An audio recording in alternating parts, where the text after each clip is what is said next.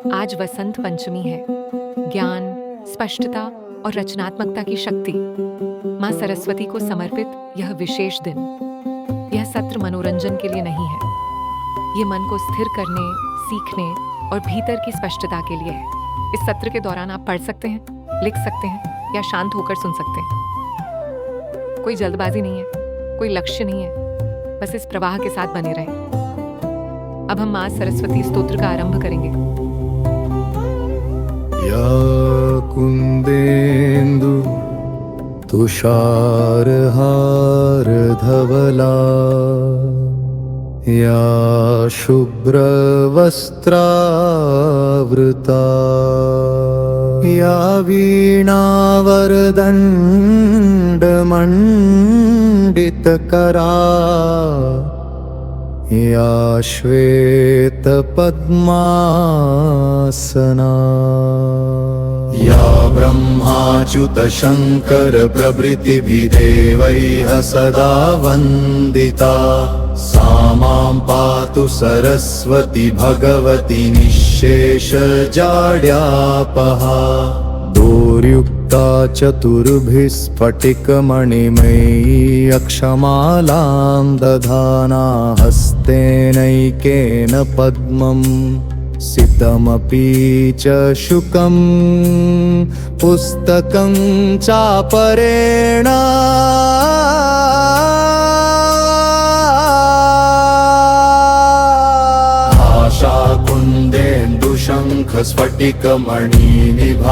शङ्खस्फटिकमणिनिभाभासमाना समाना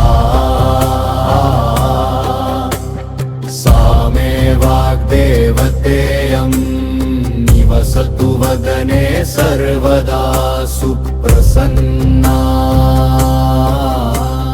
सरस्वती नमस्तुभ्यं वरदे कामरूपिणी विद्यारम्भं करिष्यामि सिद्धिर्भवतु मे सदा शुक्लां ब्रह्मविचारसार परमामाद्यां जगद्व्यापिनी वीणा पुस्तकधारिणीमभयं ददाति पद्मासने संस्थिता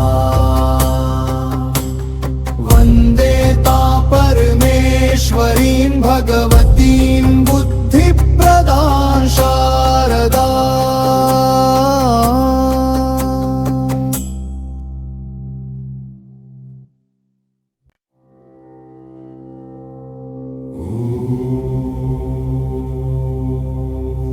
या कुन्देन्दु तुषारहारधवला या शुभ्रवस्त्रावृता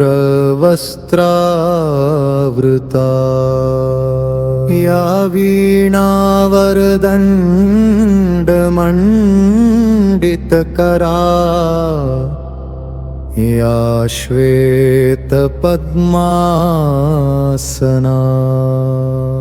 या ब्रह्माच्युतशङ्कर प्रभृतिभिर्देवैः सदा वन्दिता सा मां पातु सरस्वती भगवती निःशेषजाड्यापहा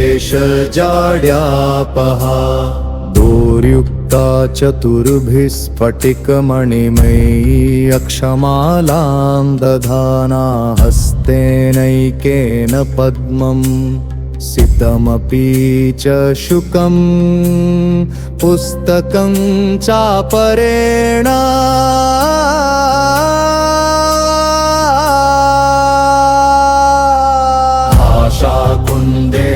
शङ्खस्फटिकमणिनिभाभासमाना समाना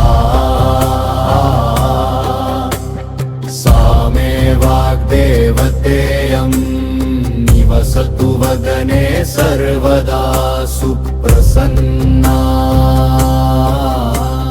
सरस्वती नमस्तुभ्यं वरदे कामरूपिणी विद्यारम्भं करिष्यामि सिद्धिर्भवतु मे सदा शुक्लां ब्रह्मविचारसार परमामाद्यां जगद्व्यापिनी वीणा पुस्तक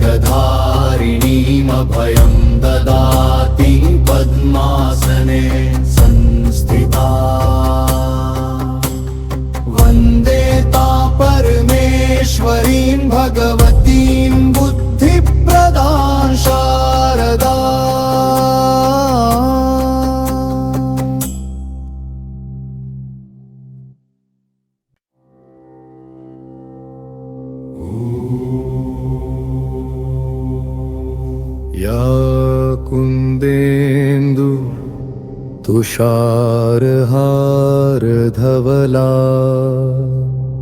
या शुभ्रवस्त्रावृता या वीणावरदण्डमण्डितकरा या श्वेतपद्मासना या ब्रह्माच्युतशङ्कर प्रभृतिभिदेवैः सदा वन्दिता सा मां पातु सरस्वती भगवती निःशेषजाड्यापहा दोर्युक्ता चतुर्भिः स्फटिकमणिमयी अक्षमालां दधाना हस्तेनैकेन पद्मम् सितमपि च शुकं पुस्तकं चापरेण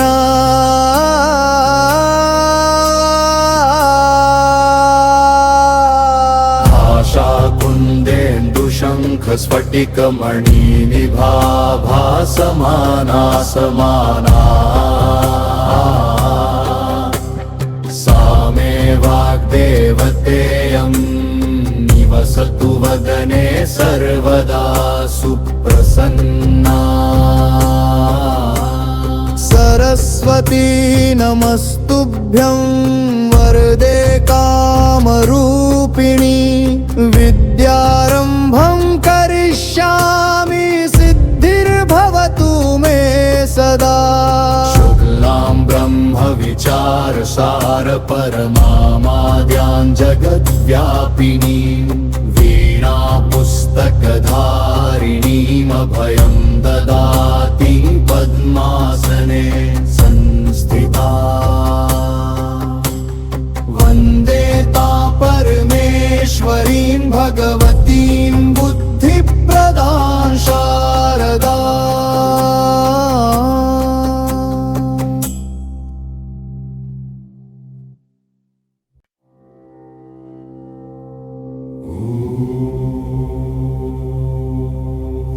या कुन्देन्दु तुषारहारधवला या शुभ्रवस्त्रावृता या वीणावरदण्डमण्डितकरा या श्वेतपद्मासना या ब्रह्माच्युतशङ्कर प्रभृतिभिदेवैः सदा वन्दिता सा मां पातु सरस्वती भगवती निःशेषजाड्यापहा दोर्युक्ता चतुर्भिः स्फटिकमणिमयी अक्षमालां दधाना हस्तेनैकेन पद्मम् सितमपि च शुकं पुस्तकं चापरेण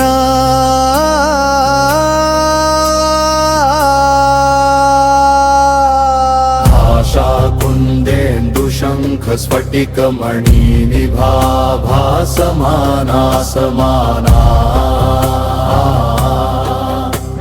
सा मे वाग्देवतेयम् निवसतु वदने सर्वदा सुप्रसन्ना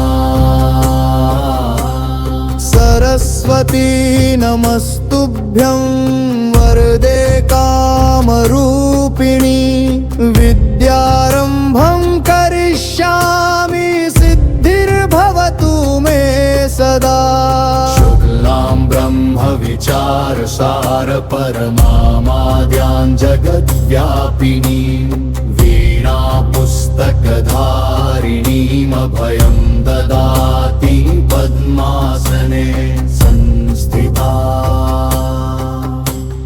वन्दे परमेश्वरीं भगवतीं बुद्धिप्रदां शारदा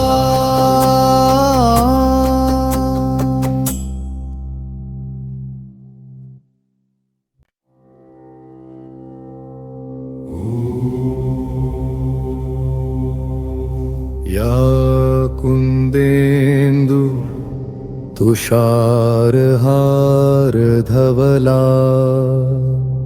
या शुभ्रवस्त्रावृता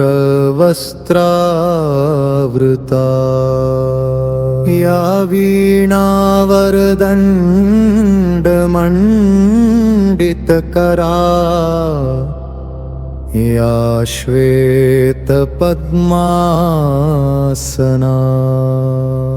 या ब्रह्माच्युतशङ्कर प्रभृतिभिदेवैः सदा वन्दिता सा मां पातु सरस्वती भगवती निःशेषजाड्यापहा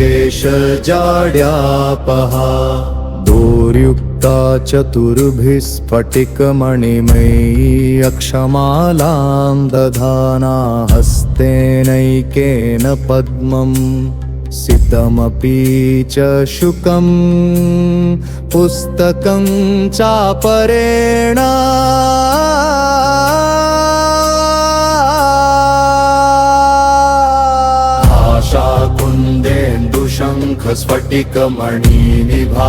आशाकुन्देन्दुशङ्खस्फटिकमणिनिभाभासमाना समाना सा मे वाग्देवतेयं निवसतु वदने सर्वदा सुप्रसन्ना सरस्वती नमस्तुभ्यं वरदे कामरूपिणी विद्यारम्भं करिष्यामि सिद्धिर्भवतु मे सदा शुक्लां ब्रह्मविचारसार परमामाद्यां जगद्व्यापिनीं वीणा पुस्तकधारिणीमभयं ददाति पद्मासने संस्थिता वन्दे परमेश्वरीं भगवतीं बुद्धिप्रदां शारदा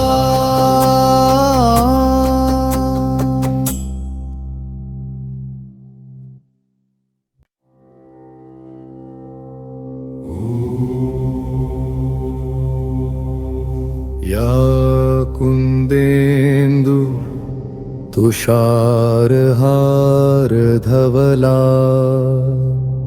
या शुभ्रवस्त्रावृता या वीणावरदण्डमण्डितकरा या श्वेतपद्मासना या ब्रह्माच्युतशङ्कर प्रभृतिभिदेवैः सदा वन्दिता सा मां पातु सरस्वती भगवती निःशेषजाड्यापहा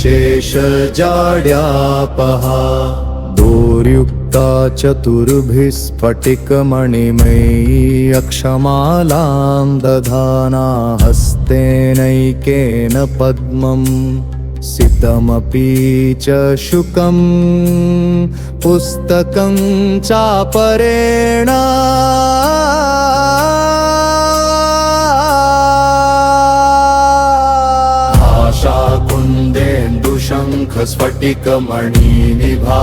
आशाकुन्देन्दुशङ्खस्फटिकमणिनिभाभासमाना समाना सा मे वाग्देवतेयं निवसतु वदने सर्वदा सुप्रसन्ना सरस्वती नमस्तुभ्यं वरदे कामरूपिणी विद्यारम्भं करिष्यामि सिद्धिर्भवतु मे सदा शुक्लां ब्रह्मविचारसार परमामाद्यां जगद्व्यापिनीं वीणा पुस्तकधारिणीमभयं ददाति पद्मासने संस्थिता वन्दे परमेश्वरीं भगवतीं बुद्धिप्रदां शारदा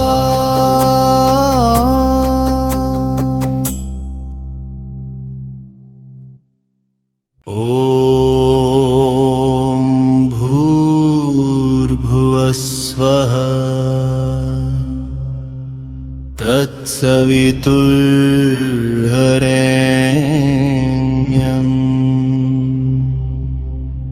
भर्गो देवस्य धीमहि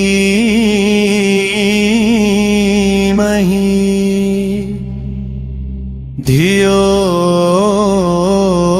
न प्रचोदयात्।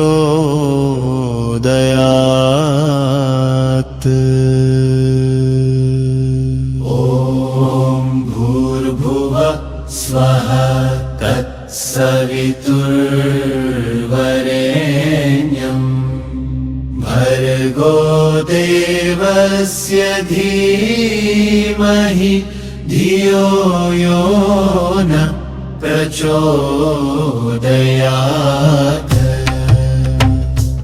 ॐ भूर्भुवः स्वः तत्सवितुर्वरेण्यम् ॐ भूर्भुवः स्वः तत्सवितुर्वरेण्यम् भर्गो देवस्य धीमहि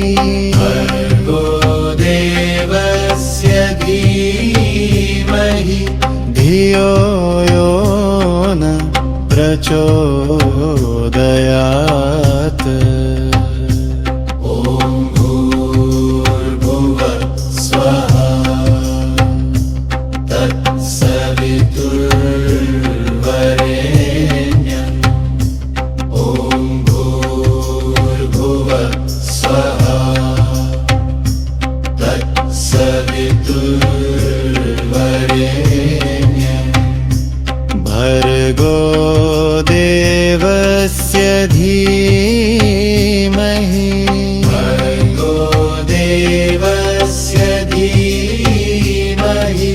धियो यो न प्रचोदयात्। ॐ भूर्भुवः स्वः तत्सवितुर्वरेण्यम् ॐ भूर्भुवः स्वः तत्सवितुर्वरेण्यम् भर्गो देवस्य धीमहि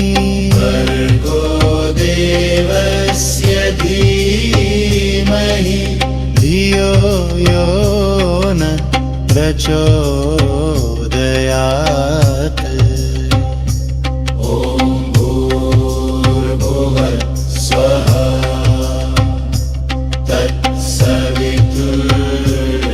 तत्सवितुर्वरेण्यम् ॐ भूर्भुवः स्वः तत्सवितुर्वरेण्यम् ॐ भूर्भुवः स्वः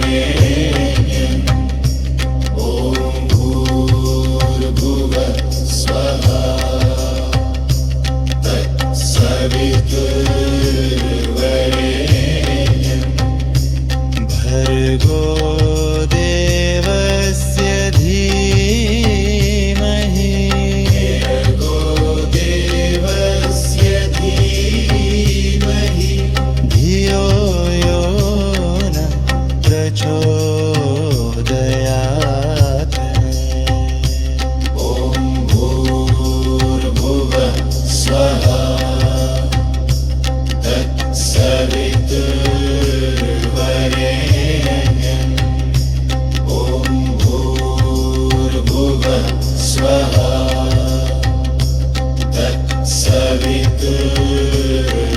तत्सवितुर्वरेण्यम् ॐ भूर्भुवः स्वः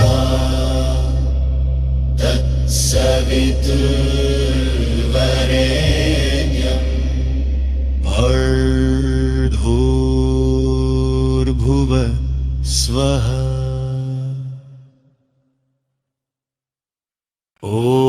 ॐ भूर्भुवः स्वः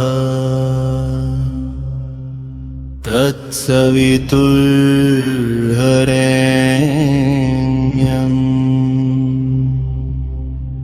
भर्गो देवस्य धीमहि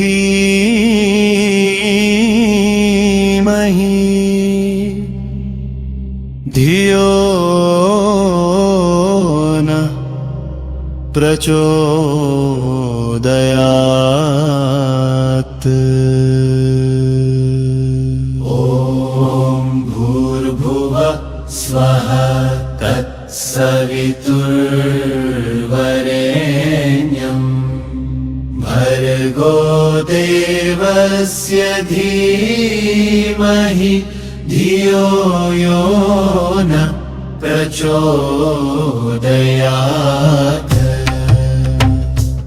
ॐ भूर्भुवः स्वः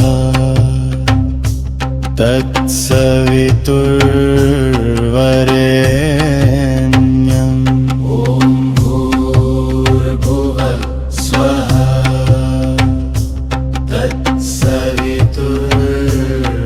तत्सवितुर्वरेण्यम् भर्गो देवस्य धीमहि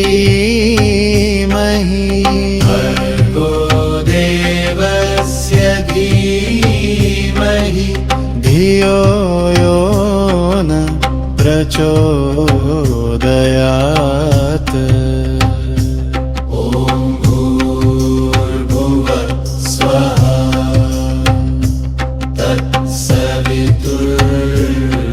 तत्सवितुर्वरेण्यम् ॐ भूर्भुवः स्वः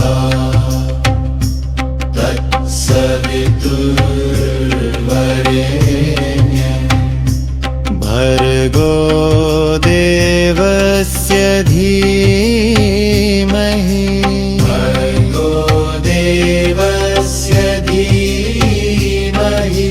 धियो यो न प्रचोदयात् ॐ भूर्भुवः स्वः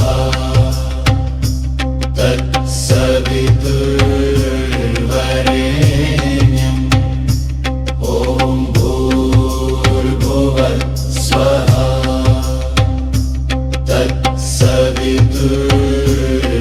तत्सवितुर्वरेण्यम् भर्गो देवस्य धीमहि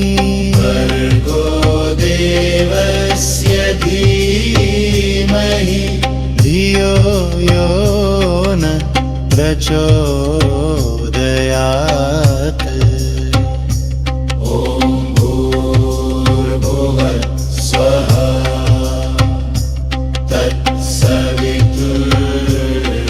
तत्सवितुर्वरेण्यम् ॐ भूर्भुवः स्वः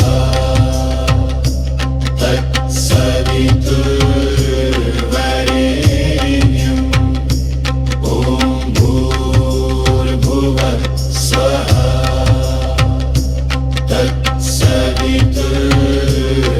तत्सवितुर्वरेण्यम् भर्गो देवस्य धीमहि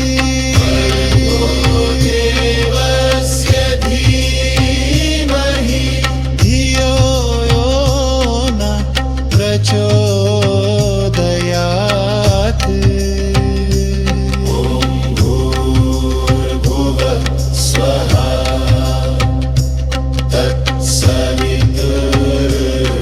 तत्सवितुर्वरेण्यम् ॐ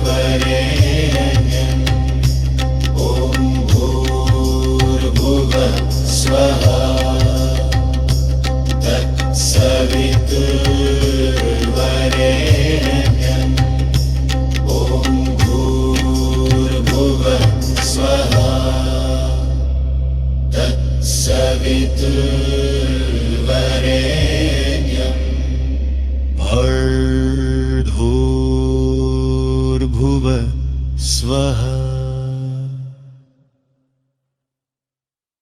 ॐ भूर्भुवः स्वः। तत्सवितुर्वरेण्यं भर्गो देवस्य धीमहि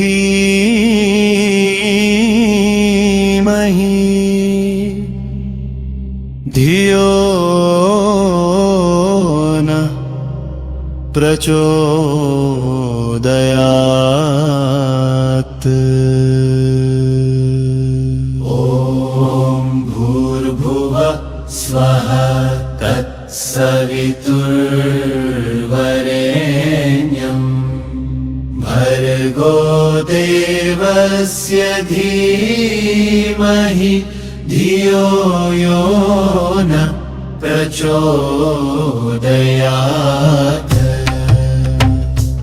ॐ भूर्भुवः स्वः। तत्सवितुर्वरेण्यं भूर्भुवः स्वः। तत्सवितुर्वरेण्यं भर्गो देवस्य धीमहि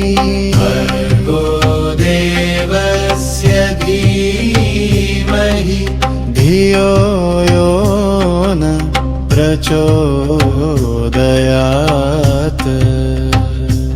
ॐ भूर्भुवः स्वः।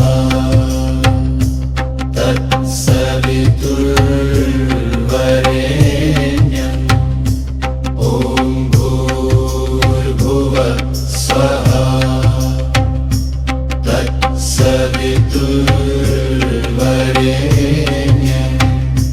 भर्गो देवस्य धीमहि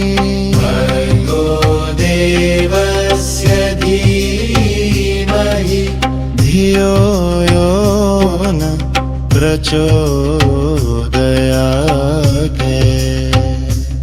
ॐ भूर्भुवः स्वः। तत्सवितुर्वरेण्यं भूर्भुवः स्वः। तत्सवितुर्वरेण्यं भर्गो देवस्य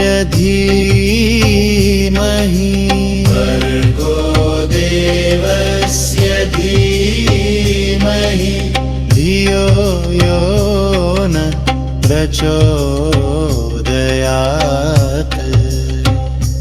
ॐ भूर्भुवः स्वः।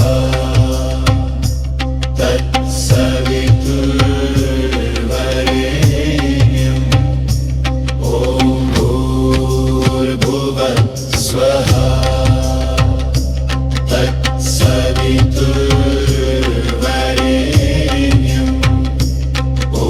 भूर्भुवः स्वः। तत्सवितुर्वरेण्यं भर्गो देवस्य धीमहि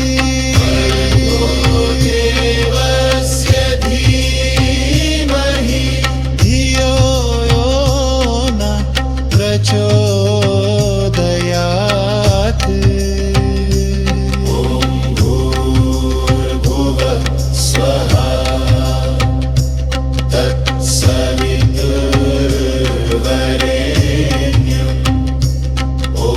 भूर्भुवः